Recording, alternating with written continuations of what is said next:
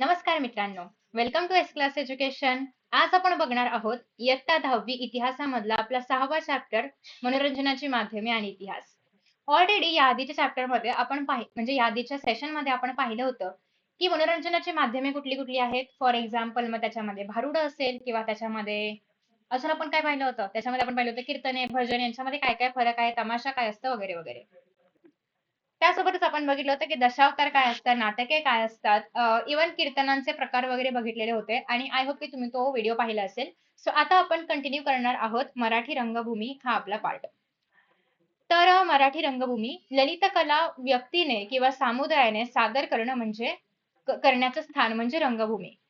Basically तुम्ही जर कधी नाटक बघायला गेला असाल किंवा तुम्ही कधीतरी कुठले तरी कथ्थक डान्सेस किंवा कुठला पण एखादा असा फंक्शन बघायला गेला असेल रंगभूमीवरती वगैरे, तर बेसिकली तिथे काय असतं, एखादी व्यक्ती असेल तर एकपात्री वगैरे सादर करते किंवा पूर्ण समुदायाने नाटक सादर केलं जातं, एखादा कला सादर केली जाते. तर ते सादरीकरणाचा प्लॅटफॉर्म जो आहे, तो जो स्टेज आहे, त्याला आपण बोलतो रंगभूमी. ललित कलेमध्ये कलावंत आणि प्रेक्षक या दोहोंचा सहभाग आवश्यक असतो.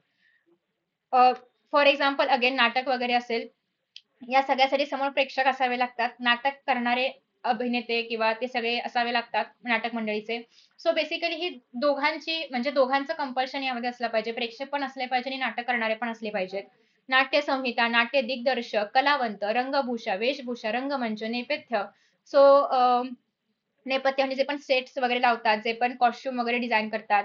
रंगमंच असेल, वेशभूषा म्हणजे पण कॉस्ट्यूम्स, हेअर, मेकअप, एक्सेसरीज जे पण आहे ते. प्रकाश योजना म्हणजे जे लाईट वगैरे पडताना तुम्ही पाहिलं असेल स्टेजवरती, लाईट चेंज होते as per the scenario. So नाटकाचा नाट्यप्रयोगाचा प्रेक्षक आणि समीक्षक. समीक्षक म्हणजे ते नाटक का चांगलं आहे, का वाईट आहे किंवा जे काही मतं असतील त्याची, ते मांडणारा एक समीक्षक असतो. आणि मग हे सगळे घटक रंगभूमीशी संबंधित असतात. नृत्य आणि संगीत यांचाही समावेश नाटकांमध्ये असू शकतो. नाटक हे बहुतेक वेळा संवादांद्वारे सादर केलं जातं. ऑफकोर्स नाटकामध्ये काय असतात? संवाद असतात. 2 पात्र किंवा एक पात्र सुद्धा स्वतःशी स्वतःचं मत मांडत असतं किंवा 2 पात्र एकमेकांशी बोलत असतात. त्याला आपण काय बोलतो? नाटक बोलतो. त्याच्यामध्ये संगीत, डान्स वगैरे सगळं काही असू शकतं. परंतु काही नाटकांमध्ये मूकाभिनय सुद्धा असतात. मूकपट माहितीये का तुम्हाला? म्हणजे फक्त ॲक्शन्स करतात ते लोकं, बोलत नाहीत किंवा काही संवाद नसतात. फक्त ॲक्शन्स वालं असतं. मी ना चार्ली चॅप्लिनचे असे काहीतरी म्यूट म्हणजे मूकपट वगैरे बघितले असतील. सो ते आहेत हे. या प्रकाराला मूकनाट्य असं म्हणतात. तंजावरच्या भोसले राजवंशाने मराठी आणि दाक्षिणात्य भाषांमध्ये नाटकांना उत्तेजन दिले. दाक्षिणात्य म्हणजे साऊथकडच्या ज्या काही भाषा आहेत तर त्या. त्या राजवंशातील राजांनी स्वतः नाटके लिहिली, तसेच संस्कृत नाटकांची भाषांतरं पण केली. तुम्हाला कुठल्या संस्कृत नाटकाचं नाव वगैरे माहिती आहे का? माहिती असेल तर सांगा. मला एक माहिती आहे, अभिज्ञान शाकुंतलम. तुम्हाला जे कुठलं नाव माहिती असेल ते तुम्ही खाली कमेंट बॉक्समध्ये कमेंट करून सांगू शकता. अ, महाराष्ट्रातील रंगभूमीच्या विकासामध्ये 19व्या शतकाचे स्थान अत्यंत महत्त्वाचे आहे. विष्णुदास भावे मराठी रंगभूमीचे जनक म्हणून ओळखले जातात. म्हणजे त्यांनी सुरुवात केलेली आहे. सीता स्वयंवर हे त्यांनी रंगभूमीवरती आणलेले पहिले नाटक होय. सीता स्वयंवर सगळ्यांना माहिती आहे. तर ते नाटक त्यांनी सादर केलं होतं म्हणजे त्यांच्या टीमने. विष्णुदास भावेंनी लिहिलेल्या नाटकांनंतर महाराष्ट्रामध्ये ऐतिहासिक पौराणिक नाटकांबरोबरच हलक्या-फुलक्या पद्धतीची प्रहसन प्रकारातील नाटके पण रंगभूमीवरती येऊ लागली. सो सीता स्वयंवर तर हे पौराणिक नाटक झालं. या प्रकारे इतिहासामधले जे आहेत, मग छत्रपती शिवाजी महाराजांपासून इतर जे पण राजे आहेत, त्यांच्याबद्दल काही नाटकं वगैरे असतील, तर ते सुद्धा सादर केलं जाऊ लागलं, लिहिली जाऊ लागली अशी नाटकं आणि इतर हलक्या-फुलक्या विषयांवरती पण नाटकं लिहिली जाऊ लागली. त्यामध्ये विनोदी पद्धतीने सामाजिक विषय जे आहेत, तर ते सादर केले जाऊ लागले. जे काही त्या काळामधले विषय असतील, तर ते सादर केले जायचे हलक्या-फुलक्या स्वरूपामध्ये. म्हणजे विनोद वगैरे जे असेल ते पकडून. सुरुवातीच्या नाटकांच्या संहिता लिखित स्वरूपामध्ये नसायच्या. आता डायलॉगची स्क्रिप्ट वगैरे असते. आधी असं स्क्रिप्ट-बिप्ट काही नसायचं. लोकं उत्स्फूर्तपणे पण सादरीकरण करायचे. बऱ्याचदा त्यातील गीते लिहिलेली असली तरी गद्य संवाद उत्स्फूर्त, उत्स्फूर्त म्हणजे ऑन टाईम काहीतरी बोलणार असं कोणीतरी लिहून वगैरे दिलंय. स्क्रिप्ट वगैरे असं काही नसायचं.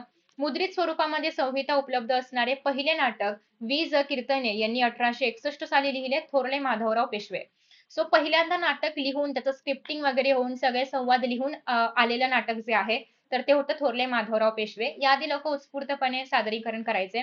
I guess that was better. नाटकांमुळे संपूर्ण लिखित संहिता असलेल्या नाटकांची नवीन परंपरा सुरू झाली, की लिहून ठेवलं जाते, स्क्रिप्टिंग केलं जातंय. आता पण आपण बघतो, की नाटकाच्या स्क्रिप्ट्स वगैरे बनतात आणि मग ते नाटक बसवलं जातं. तर ती परंपरा तेव्हापासून सुरू झाली. संहिता म्हणजे बेसिकली कलेक्शन आहे त्या सगळ्या डायलॉग्सचं. 19व्या शतकाच्या अखेरच्या पर्वामध्ये म्हणजे अखेरच्या काळामध्ये उत्तर हिंदुस्थानातील ख्याल संगीत महाराष्ट्रामध्ये रुजवण्याचे काम बाळकृष्ण बुवा इचलकरंजीकर यांनी केले. त्यानंतर उस्ताद अल्लादिया खा, उस्ताद अब्दुल करीम खा आणि उस्ताद रहिमत खा यांनी महाराष्ट्रामधील रसिकांमध्ये संगीताची आवड निर्माण केली आणि त्याचा परिणाम होऊन संगीत रंगभूमीचा उदय झाला.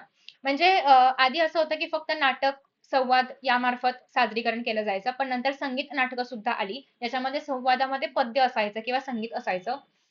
किर्लोस्कर मंडळी या नाटक कंपनीची संगीत नाटके लोकप्रिय झाली. त्यामध्ये संगीत शाकुंतल. शाकुंतल माहिती असावं तुम्हाला, कदाचित नसेल माहिती तर सर्च करा. तर ते पद्य रूपामध्ये सादरीकरण करणं, संवाद पण पद्य रूपामध्ये, तर ते आहे संगीत शाकुंतल. हे अण्णासाहेब किर्लोस्करांनी लिहिलेले नाटक अतिशय गाजले. संगीत नाटकांमध्ये गोविंद बल्लाळ देवल यांनी लिहिलेले संगीत शारदा हे नाटक सुद्धा अत्यंत महत्त्वाचे आहे. या नाटकामध्ये जरठ कुमारी विवाह व या तत्कालीन अनिष्ट प्रथेवरती विनोदी पद्धतीने परंतु मार्मिक टीका केलेली आहे. याखेरीज म्हणजे तुम्ही बघू शकता की जरठ कुमारी वगैरे हे तेव्हाच्या काळामधले ज्वलंत विषय होते. तर समाजामध्ये जे विषय चालू आहेत त्याच्यावरती पण नाटक केलं जायचं अलॉंग विथ ते पौराणिक, ऐतिहासिक वगैरे विषयांसोबतच. तर याखेरीज श्रीपाद कृष्ण कोल्हटकर यांचे मूकनायक हे तुम्हाला एमसीक्यू मध्ये येऊ शकतं. कृष्णाजी भास्कर खाडीलकर यांचे संगीत मान अपमान. इव्हन संगीत मान अपमान वरती आता मूव्ही सुद्धा आता म्हणजे 1 वर्षापूर्वी वगैरे आला असावा. राम गणेश गडकरी यांचं एकच प्याला ही नाटके सुद्धा रंगभूमीच्या इतिहासामधली महत्त्वाची नाटके आहेत. एकच प्याला कोणी लिहिलं हे तुम्हाला येऊ शकतं चुकीच्या जोडी ओळखामध्ये. इव्हन संगीत मान अपमान सुद्धा. तर महाभारत या महाकाव्यातील घटना घेऊन तत्कालीन ब्रिटिश साम्राज्यशाहीवरती सूचक टीका करणारे किचकवध हे नाटक खाडीलकर यांनी लिहिले. किचकवध बेसिकली तुम्हाला माहिती असेल, साधारणतः जेव्हा पांडवांचा अज्ञातवासाचा काळ सुरू होता, 12 वर्ष वनवास आणि 1 वर्ष अज्ञातवास, जेव्हा ते द्यूत क्रीडामध्ये हरतात शकुनी मामा आणि कौरवांकडून किंवा दुर्योधनकडून. तर तेव्हा त्यांना असं होतं की 12 वर्षांचा वनवास आणि 1 वर्षाचा अज्ञातवास होता. अज्ञातवास म्हणजे काय, की ते लोकं कुठल्याही कौरवाला दिसले नाही पाहिजे किंवा कोणीही त्यांना फाइंड आउट नाही केलं पाहिजे, की ते कुठे आहेत. सो मग तेव्हा त्यांनी अनेक रूपं घेतली होती, जेणेकरून इतर लोकं त्यांना ओळखू नयेत, पांडवांनी आणि अलोंग विथ द्रौपदीने पण. तर तेव्हा ते मत्स्य देशामध्ये राहिले होते आणि तिथे किचक नावाचा एक आहे दरबारी मत्स्य देशामधला. तर तो जेव्हा मिसबिहेव करत असतो द्रौपदी सोबत, तर तेव्हा भीम त्याचा वध करतो. तर ते जे आहे, तर ते त्यांनी मांडलं होतं. किचक वधामधील द्रौपदी म्हणजे असहाय्य भारत माता आणि त्यांनी ते कनेक्ट केलं होतं आपल्या तेव्हाच्या भारताच्या सिच्युएशनशी आणि त्या नाटकावरती ब्रिटिशांनी बंदी सुद्धा घातली होती. सो द्रौपदीला छळणाऱ्या किचक म्हणजेच ब्रिटिशर्स आणि द्रौपदी म्हणजेच भारत माता. युधिष्ठिर म्हणजे मवाळ पक्ष, कारण त्या सिच्युएशन मध्ये पण युधिष्ठिरने खूपच शांतपणे ते हँडल केलं होतं. पण भीम म्हणजे जहाल पक्ष, भीमने सरळ त्याला पकडून त्याच्यावरती त्याला मारलं वगैरे होतं. आणि किचक म्हणजे सत्तांध व्हॉइसरॉय लॉर्ड कर्झन म्हणजेच बेसिकली ब्रिटिशर्स. तर या अशा रूपामध्ये हे नाटक मांडलं होतं आणि याच्याबद्दल प्रचंड चीड होती ब्रिटिशांच्या मनामध्ये आणि म्हणून त्यांनी या नाटकावरती बंदी पण घातली होती. मराठी रंगभूमीच्या पडत्या काळामध्ये आचार्य अत्रे यांचा साष्टांग नमस्कार, उद्याचा संसार, घराबाहेर यांसारखी अनेक लोकप्रिय नाटके सुद्धा आहेत, जी की आपल्याला मराठी रंगभूमीवरती पाहायला मिळतात. पाहायला मिळत होती म्हणजे. अलीकडच्या काळामध्ये झालेलं वसंत कानेटकर यांचं रायगडाला जेव्हा जाग येते हे नाटक इव्हन YouTubeवरती अवेलेबल आहे. If you want you can check. येथे उषाला मृत्यू पण अवेलेबल आहे. विजय तेंडुलकर यांचं काशीराम कोतवाल, विश्राम बेडेकर यांचं टिळक आणि आगरकर हे पण आय गेस अवेलेबल आहे. टिळक आणि आगरकर आय थिंक सो. इत्यादी नव्या धर्तीची नाटके प्रसिद्ध आहेत. यामध्ये लक्षात काय ठेवायचं आहे, तर वसंत कानेटकर यांचं रायगडाला जेव्हा जाग येते आणि येथे ओशाळला मृत्यू, विजय तेंडुलकर यांचं घाशीराम कोतवाल, येस, आणि आचार्य अत्रे यांचा साष्टांग नमस्कार हे नाव लक्षात ठेवा, कारण हे तुम्हाला चुकीची जोडी ओळखामध्ये येऊ शकतं.